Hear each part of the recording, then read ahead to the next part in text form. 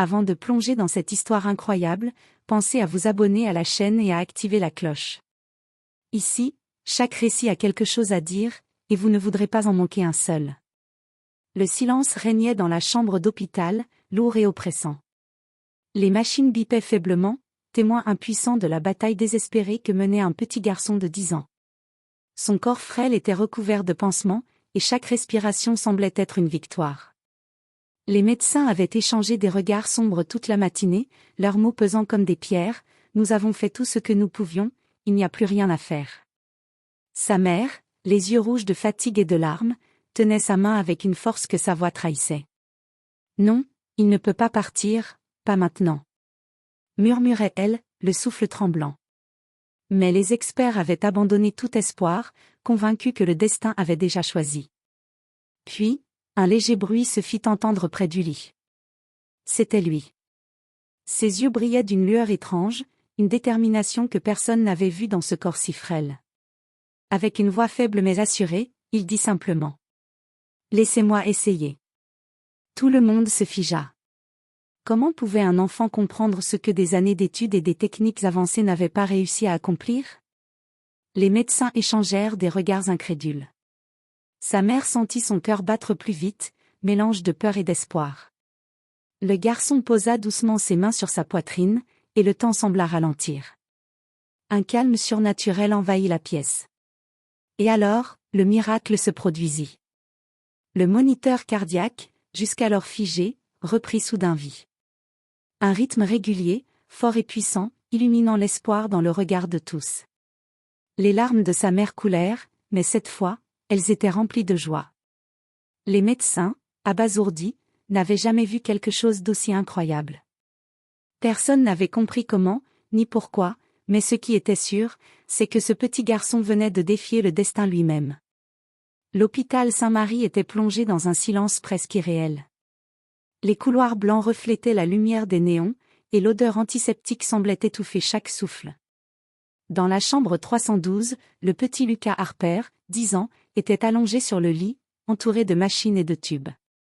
Chaque mouvement lui coûtait un effort immense, et pourtant, son regard ne trahissait ni peur ni résignation. Les médecins avaient abandonné depuis des heures. Dr. Reynolds, le chef de service, secouait la tête avec un mélange d'incrédulité et de fatigue. Je ne sais pas quoi dire. Nous avons tout essayé. Murmura-t-il à son assistante, Dr. Miller. La tension dans la pièce était palpable. À côté du lit, Emily Harper, sa mère, ne cessait de tenir sa main. Ses yeux rougis trahissaient l'épuisement et la peur. « Mon bébé, ne me laisse pas maintenant. » sanglotait-elle doucement. Elle regardait chaque souffle de Lucas comme s'il s'agissait d'un miracle fragile, sur le point de s'éteindre. Lucas, lui, observait les adultes avec une concentration étonnante. Ses yeux brillaient d'une intensité que sa mère n'avait jamais vue auparavant. D'une voix faible mais claire, il murmura : « Laissez-moi essayer. » Les médecins s'immobilisèrent.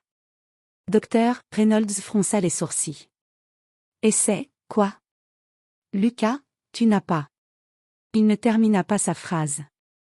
Même lui, avec toutes ces années de pratique, ne savait pas comment réagir.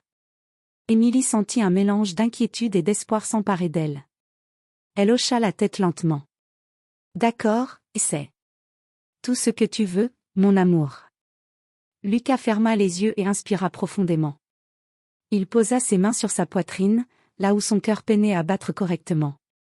Un calme surnaturel envahit la chambre, comme si le temps s'était arrêté. Les machines bipaient doucement, mais leur rythme semblait s'harmoniser avec un souffle invisible que Lucas émettait. Puis, lentement, le moniteur cardiaque émit un premier bip plus fort, suivi d'un second. La tension dans la pièce se brisa d'un seul coup. Les battements reprenaient un rythme régulier et fort. Émilie éclata en sanglots de joie, serrant son fils contre elle. « Oh mon Dieu, mon bébé, tu es !» Dr. Reynolds et Dr. Miller restaient figés, bouche bée. Aucun protocole, aucune science, aucune technologie n'aurait pu expliquer ce qu'ils venaient de voir. C'était au-delà de tout ce qu'ils connaissaient. Lucas ouvrit les yeux, un petit sourire aux lèvres, fatigué mais serein. « Ça va, Maintenant. Dit-il simplement. Et pourtant, derrière cette phrase tranquille, se cachait quelque chose de beaucoup plus grand, un pouvoir que personne n'aurait jamais imaginé.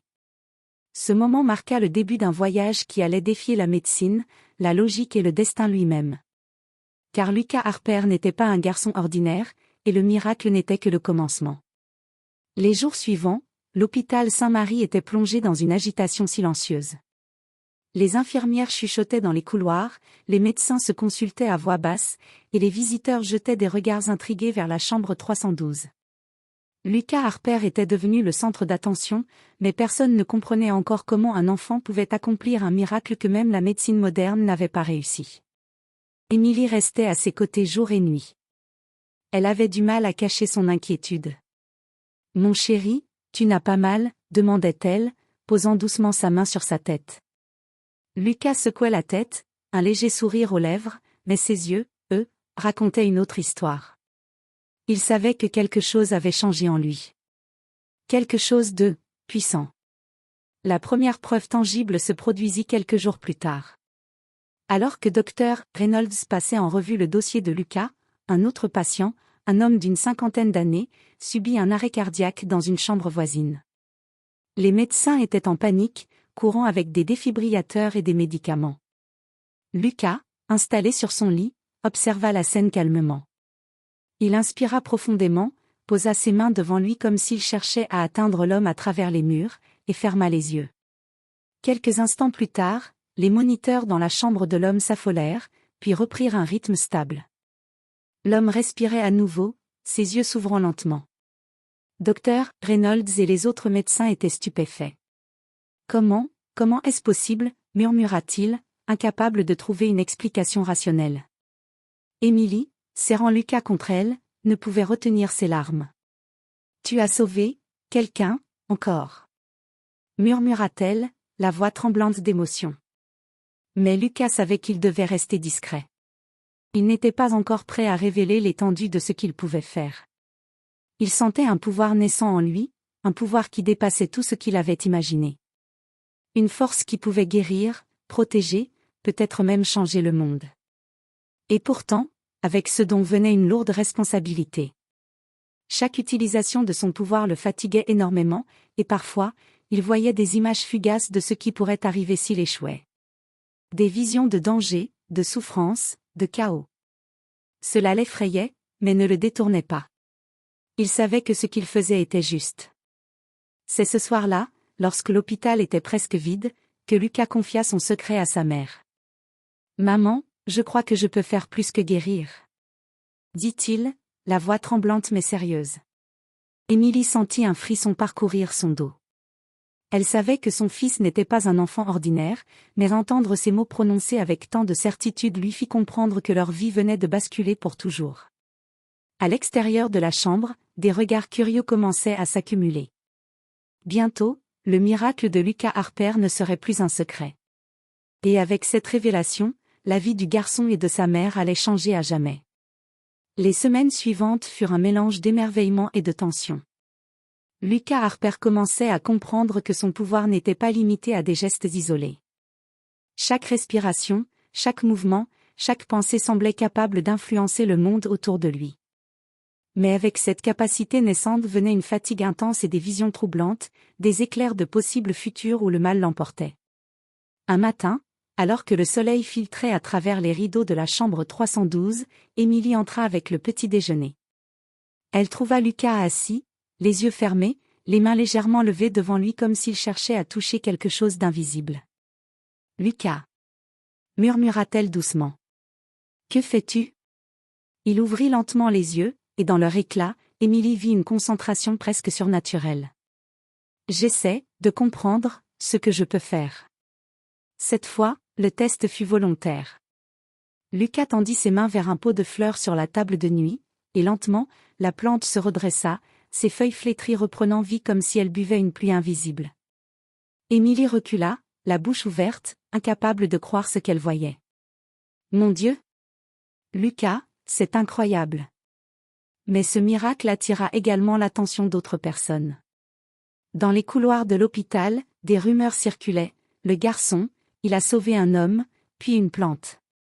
Les regards se faisaient plus insistants, certains pleins d'admiration, d'autres de suspicion. Cette nouvelle notoriété ne tarda pas à frapper à leur porte. Un homme élégant, aux cheveux poivre et sel, vêtu d'un costume sombre et aux yeux perçants, se présenta dans la chambre de Lucas. Il se présenta comme docteur Victor Langlais, chercheur indépendant spécialisé dans les phénomènes extraordinaires. Je suis ici pour vous aider, Lucas, mais il faut comprendre la nature de ce que vous êtes capable de faire. Ce pouvoir, dit-il avec sérieux, peut changer des vies, mais peut aussi attirer des dangers que vous ne pouvez pas encore imaginer. Émilie sentit un frisson d'inquiétude. Elle savait que le monde extérieur pouvait être cruel, et maintenant que Lucas montrait ses capacités, il ne serait plus jamais à l'abri. Vous devez promettre que vous ne lui ferez aucun mal, insista-t-elle. Docteur, Langlais hocha la tête avec gravité. Je promets, mais il faut apprendre, Lucas. Apprendre à contrôler ce pouvoir, sinon. Il laissa sa phrase en suspens, laissant planer une ombre inquiétante sur la chambre. Cette nuit-là, alors que Lucas dormait enfin après une journée intense, il rêva de vastes lumières, de villes en flammes et de visages apeurés. Il comprit que son pouvoir n'était pas seulement un don de guérison, c'était une responsabilité immense. Chaque décision pouvait affecter des vies, parfois bien au-delà de ce qu'il pouvait imaginer. Et à mesure que la nuit avançait, une certitude naissait dans son cœur, il devait maîtriser son don, mais il ne serait pas seul. Car ceux qu'il avait remarqués n'étaient pas tous bienveillants. Et le véritable défi de Lucas Harper ne faisait que commencer. Les jours suivants, Lucas Harper commença à sortir de l'ombre de sa chambre pour tester son pouvoir dans des situations réelles. Avec Émilie toujours à ses côtés, il commença par de petites actions, guérir un patient âgé dans le couloir, soulager la douleur d'un enfant paralysé par une blessure, ou redonner vie à des plantes flétries dans le jardin de l'hôpital. Chaque miracle attirait l'attention, et bientôt, le nom de Lucas circulait comme une légende à Saint-Marie. Mais avec la lumière vient l'ombre.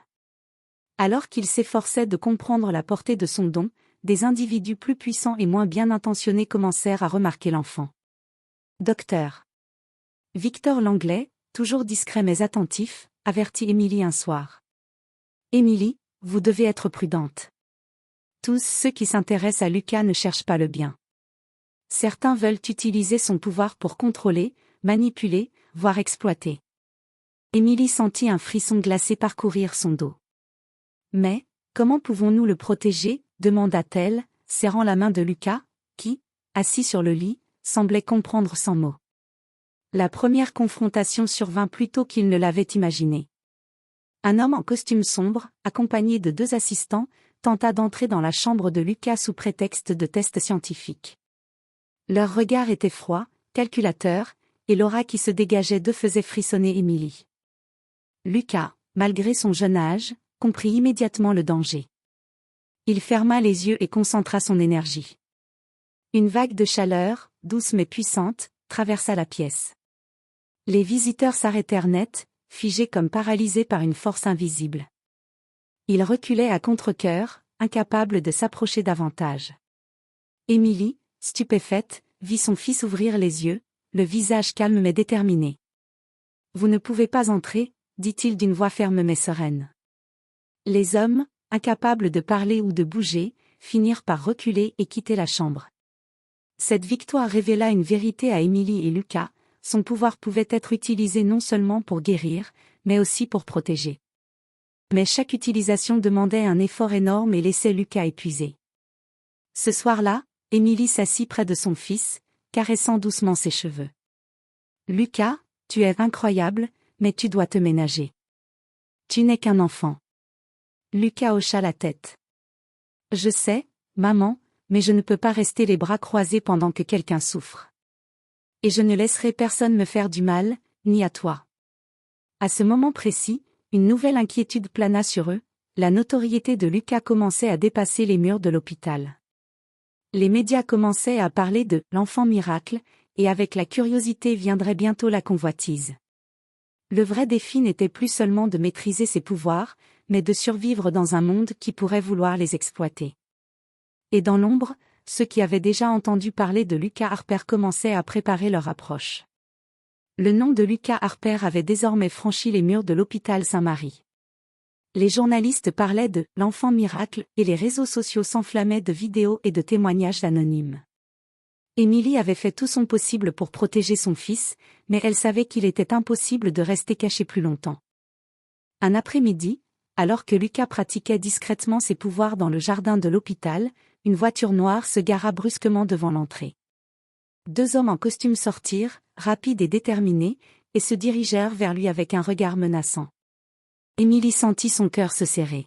« Lucas, reste derrière moi », murmura-t-elle, mais son fils était déjà concentré. Les hommes s'arrêtèrent à quelques mètres, l'un d'eux s'avança et parla d'une voix glaciale, « Nous savons ce que tu peux faire, garçon. Et nous voulons t'emmener, pour le bien du monde. » Lucas sentit un frisson traverser sa colonne vertébrale. Il comprit immédiatement qu'il ne s'agissait pas de bonnes intentions.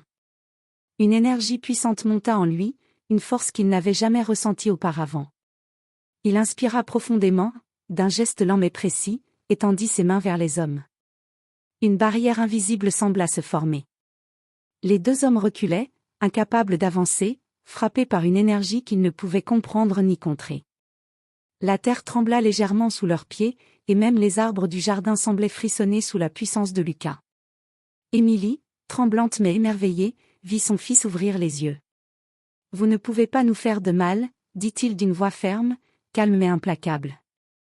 Les hommes furent projetés en arrière, comme repoussés par une force invisible, et finirent par tomber à terre, incapables de se relever immédiatement. Le silence retomba, lourd et chargé. Émilie courut vers Lucas et le prit dans ses bras. « Mon Dieu ! Lucas, tu es incroyable », sanglota-t-elle. Mais ce succès avait un prix. Lucas était épuisé, tremblant de fatigue et de tension. Son visage était pâle, et il s'écroula presque dans les bras de sa mère. Émilie sentit une peur glaciale, chaque utilisation de son pouvoir le drainait, et chaque défi devenait plus difficile que le précédent. Cette confrontation marqua un tournant. Lucas comprit que son don n'était pas seulement un miracle, mais une responsabilité immense. Chaque vie qu'il sauvait, chaque injustice qu'il empêchait, le rapprochait d'un destin qu'il n'avait pas choisi mais qu'il devait accepter. Alors que la nuit tombait sur Saint-Marie, Émilie et Lucas restaient ensemble, serrés l'un contre l'autre, conscients que le monde extérieur était à la fois fascinant et dangereux. Mais ils savaient une chose, tant qu'ils étaient unis, aucun obstacle, aucun ennemi, aucun danger ne pourrait les arrêter. Et dans le cœur de Lucas, une certitude brûlait plus fort que jamais, il était destiné à accomplir des miracles, à protéger ceux qui ne pouvaient se défendre, et à changer la vie de milliers de personnes, même si le prix était son propre épuisement. Quelques semaines avaient passé depuis l'épreuve dans le jardin de l'hôpital. Lucas Harper avait commencé à maîtriser davantage son pouvoir, mais chaque utilisation le vidait d'une énergie incroyable. Émilie était toujours à ses côtés, veillant sur lui avec une vigilance constante, consciente que le moindre faux pas pouvait mettre son fils en danger. Un matin, une alerte retentit dans toute la ville de Riverdale, un accident industriel venait de se produire à l'usine de chimie près du centre-ville. Une explosion avait provoqué un incendie massif, piégeant des dizaines de personnes à l'intérieur. Les sirènes hurlaient, et les pompiers, débordés, peinaient à évacuer les travailleurs. Émilie regarda Lucas, l'inquiétude gravée sur son visage. « Lucas, ils ont besoin de toi. Tu peux ?» Lucas hocha la tête, déterminé. Il n'était plus question d'expérimenter dans un jardin ou de sauver un patient isolé. Cette fois, c'étaient des dizaines de vies en jeu, et il devait agir. Il ferma les yeux, inspira profondément et se concentra. Une lumière douce et chaude émana de ses mains, se répandant comme une vague invisible autour de l'usine. Les flammes, qui dévoraient tout sur leur passage, commencèrent à reculer comme si elles étaient repoussées par une force invisible. La fumée s'allégea, et les travailleurs, étourdis mais indemnes, purent se diriger vers la sortie sans danger. Les pompiers, incrédules, virent les flammes s'apaiser comme par miracle, alors que Lucas, au centre de tout, luttait pour maintenir cette énergie titanesque. Émilie sentit une peur intense. Lucas était épuisé, ses jambes tremblaient, et son souffle était court. « Lucas, arrête si tu dois. » supplia-t-elle, la voix brisée. Mais Lucas secoua la tête. « Je ne peux pas cette fois, pas eux. » Une dernière vague d'énergie jaillit de ses mains, et l'incendie fut totalement maîtrisé. Les travailleurs furent évacués, indemnes, et les pompiers tombèrent à genoux, bouche bée devant ce qu'ils venaient de voir. Lucas s'effondra alors dans les bras de sa mère, vidé mais vivant. Émilie, en larmes, le serra contre elle, murmurant « Tu as sauvé des vies, tu es un véritable miracle. » Mais dans le cœur de Lucas, une vérité s'installait, son pouvoir était immense, mais le monde commençait à le remarquer. Les médias, les scientifiques, et même des forces mystérieuses avaient désormais les yeux braqués sur lui.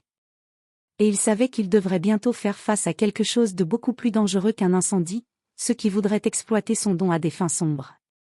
Pour l'instant, cependant, il y avait eu un miracle, et pour la première fois depuis longtemps, Lucas et Émilie purent respirer profondément, conscients que, malgré les épreuves, ils pouvaient accomplir l'impossible.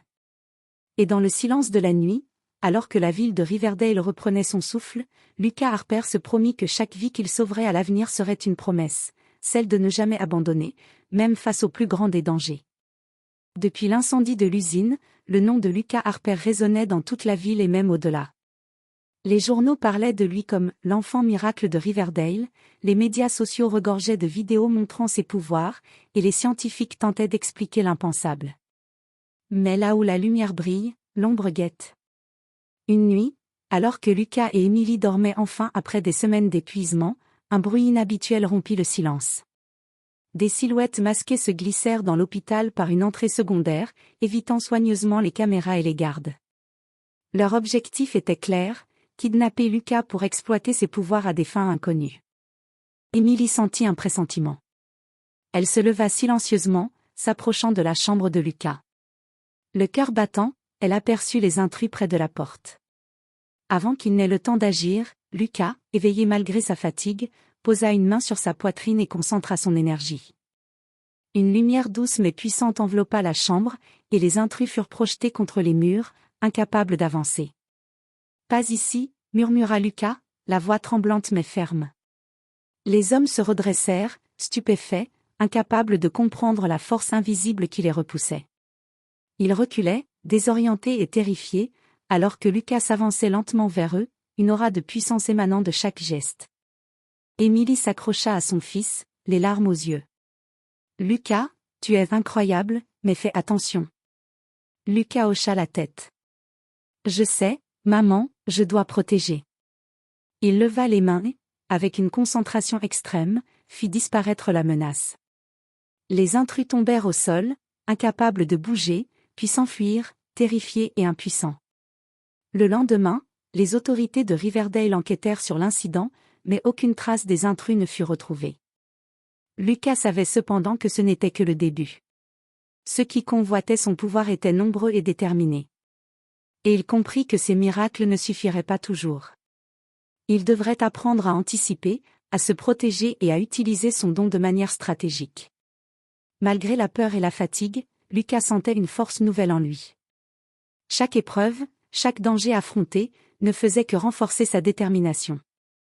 Il savait désormais que son pouvoir n'était pas un simple don, c'était une responsabilité, un bouclier contre l'injustice et une arme pour protéger ceux qu'il aimait.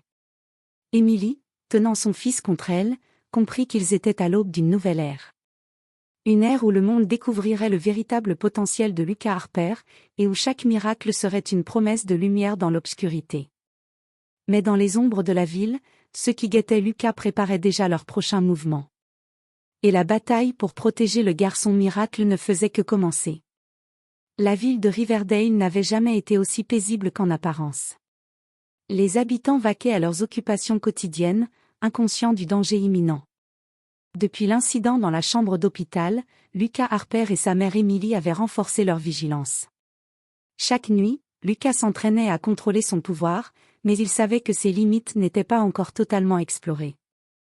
Une alerte retentit soudain dans la ville, une explosion retentissante secoua le quartier industriel. Des nuages de fumée noire s'élevaient dans le ciel, et les sirènes hurlaient à nouveau. Lucas comprit immédiatement, ce n'était pas un accident. Ceux qui convoitaient son pouvoir passaient à l'action. Émilie le suivit, paniquée. Lucas, cette fois, c'est énorme, ils vont tout détruire. Lucas inspira profondément, sentant son énergie se concentrer dans chaque fibre de son corps. Je ne peux pas attendre, ils ne savent pas à qui ils ont affaire. Lorsqu'il arriva sur place, il vit des hommes armés de dispositifs inconnus, semblant contrôler le feu et la destruction. Lucas comprit qu'il devait agir vite, mais avec prudence. Il leva les mains et libéra une vague d'énergie invisible qui balaya la zone, repoussant les assaillants et protégeant les civils. Les flammes reculaient, les explosions s'éteignaient comme étouffées par une force mystérieuse. Mais les assaillants étaient nombreux, mieux équipés, et préparés pour résister. Lucas sentit ses forces s'amenuiser, son énergie presque à bout. Émilie, terrifiée, cria « Lucas, arrête si tu dois !» Non. Il ne pouvait pas. Pas cette fois. Chaque vie comptait.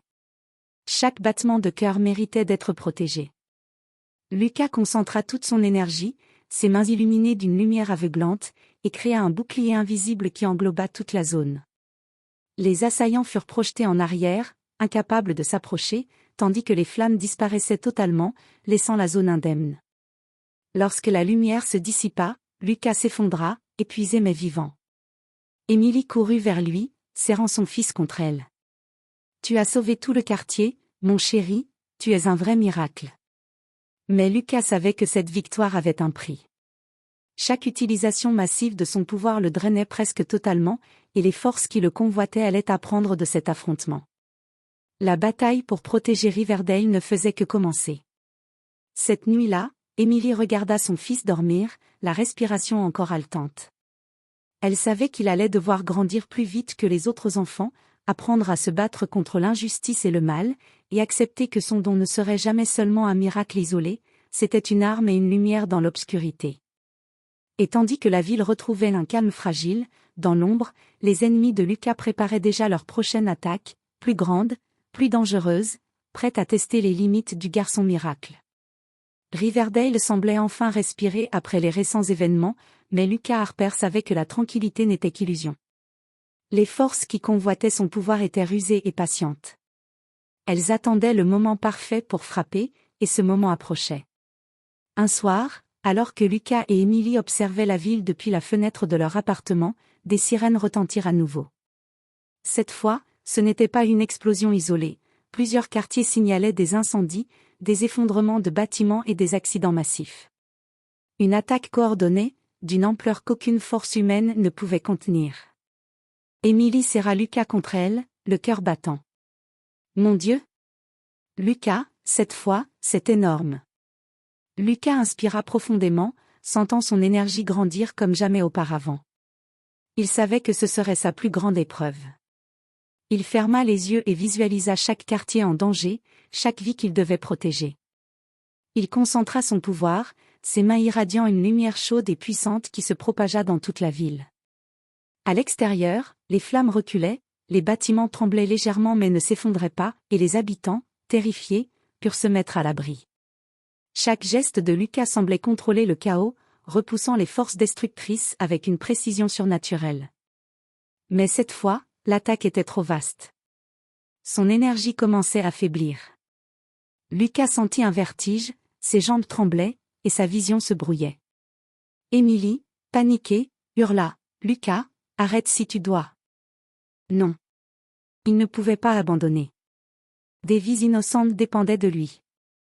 Alors, dans un ultime effort, Lucas concentra toute l'énergie qu'il pouvait rassembler, illuminant la ville entière d'une lumière éclatante et pure.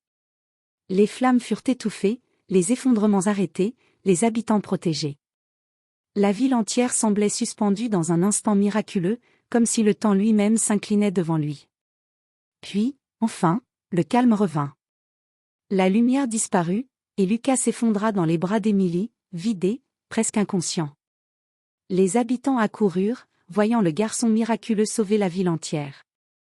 Les cris de joie, les larmes et les applaudissements emplirent les rues. Émilie pleurait, tenant Lucas contre elle. « Tu as fait l'impossible, mon bébé, tu es un vrai miracle. » Mais Lucas savait que ce triomphe venait avec un prix lourd. Chaque utilisation de son pouvoir le rapprochait de ses limites, et il comprenait désormais que son don n'était pas infini. Les forces qu'il avait attaquées ne renonceraient jamais, et de nouveaux défis viendraient tester sa force, son courage et sa détermination. Pour la première fois, Lucas regarda la ville qu'il avait sauvée et comprit pleinement la responsabilité qui pesait sur ses épaules. Il n'était pas seulement un enfant miracle, il était un gardien, un protecteur, une lumière dans l'obscurité. Et il savait qu'il devait continuer à grandir, apprendre et se préparer pour les batailles à venir. Dans les ombres, cependant, les ennemis de Lucas se regroupaient. Ils avaient été témoins de sa puissance et savaient désormais qu'il faudrait plus que des hommes armés pour le vaincre. La tempête qui se préparait serait plus grande, plus dangereuse, et elle testerait Lucas Harper jusqu'à ses limites ultimes. La ville de Riverdale était en alerte maximale. Les forces qui avaient tenté de capturer Lucas Harper se regroupaient pour une attaque massive et coordonnée. Cette fois, leur plan était clair, utiliser la peur, le chaos et la destruction pour forcer Lucas à se révéler complètement, puis l'exploiter à leur avantage. Emily serrait la main de son fils, consciente de l'ampleur de la bataille qui s'annonçait. « Lucas, cette fois, c'est énorme, tu devras tout donner. » Lucas hocha la tête, le regard déterminé. « Je sais, maman, mais je ne laisserai personne faire du mal à cette ville, ni à toi. » Lorsque l'attaque commença, les rues se transformèrent en un champ de chaos. Des explosions, des flammes, des véhicules renversés et des cris de panique emplissaient l'air. Lucas savait qu'il ne pourrait pas protéger chaque coin de la ville de manière conventionnelle. Il ferma les yeux, inspira profondément et concentra toute son énergie, bien au-delà de ce qu'il avait jamais fait. Une lumière intense jaillit de ses mains, irradiant dans toute la ville. Le sol trembla légèrement sous l'ampleur de son pouvoir. Les flammes furent instantanément étouffées, les bâtiments fragiles stabilisés, et les habitants protégés comme s'ils étaient entourés d'un bouclier invisible mais impénétrable. Mais les assaillants n'étaient pas seulement humains. Des dispositifs expérimentaux et des machines destructrices se mirent en marche, testant les limites de Lucas. Chaque fraction de seconde comptait. Chaque geste de ses mains repoussait des explosions, des murs qui s'effondraient et des projectiles dangereux. Emily, debout derrière lui, sentit la fatigue extrême de son fils. « Lucas, arrête si tu dois. » Il secoua la tête, concentré. « Non, pas cette fois, pas eux, pas Riverdale. » Avec un ultime effort, Lucas libéra une vague d'énergie plus puissante que jamais. La lumière enveloppa la ville entière, stoppant net la destruction. Les machines se figèrent, les flammes disparurent, et les assaillants furent projetés, incapables de continuer. Le silence retomba, lourd mais apaisant, sur une ville miraculeusement sauvée. Lucas s'effondra dans les bras d'Emily, épuisé mais vivant.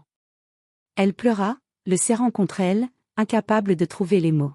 « Tu as sauvé tout le monde, mon bébé, tu es un vrai miracle. » Ce moment scella la vérité, Lucas Harper n'était pas seulement un enfant aux pouvoirs extraordinaires. Il était un protecteur, un gardien, une lumière capable d'affronter l'obscurité et de sauver des vies au prix de sa propre énergie. Les habitants de Riverdale, témoins du miracle, commencèrent à se rassembler dans les rues, applaudissant et célébrant le garçon qui avait défié le destin et les forces du mal. Les journalistes et les scientifiques, stupéfaits, comprirent que ce qu'ils venaient de voir dépassait toute logique. Pour Lucas et Emily, ce fut aussi un nouveau départ. Ils savaient que le danger existerait toujours, que ceux qui convoitaient son pouvoir reviendraient. Mais pour la première fois, ils comprirent que tant qu'ils étaient ensemble, ils pouvaient affronter n'importe quelle menace. Lucas Harper, le garçon miracle, ferma les yeux, sentant la fatigue mais aussi la satisfaction profonde d'avoir accompli l'impossible. Dans son cœur, il savait que sa mission ne faisait que commencer. Et alors que la nuit enveloppait Riverdale, une certitude brûlait en lui, tant qu'il respirerait, il serait la lumière qui protégerait ceux qui ne pouvaient se défendre, et le monde venait de découvrir un véritable miracle.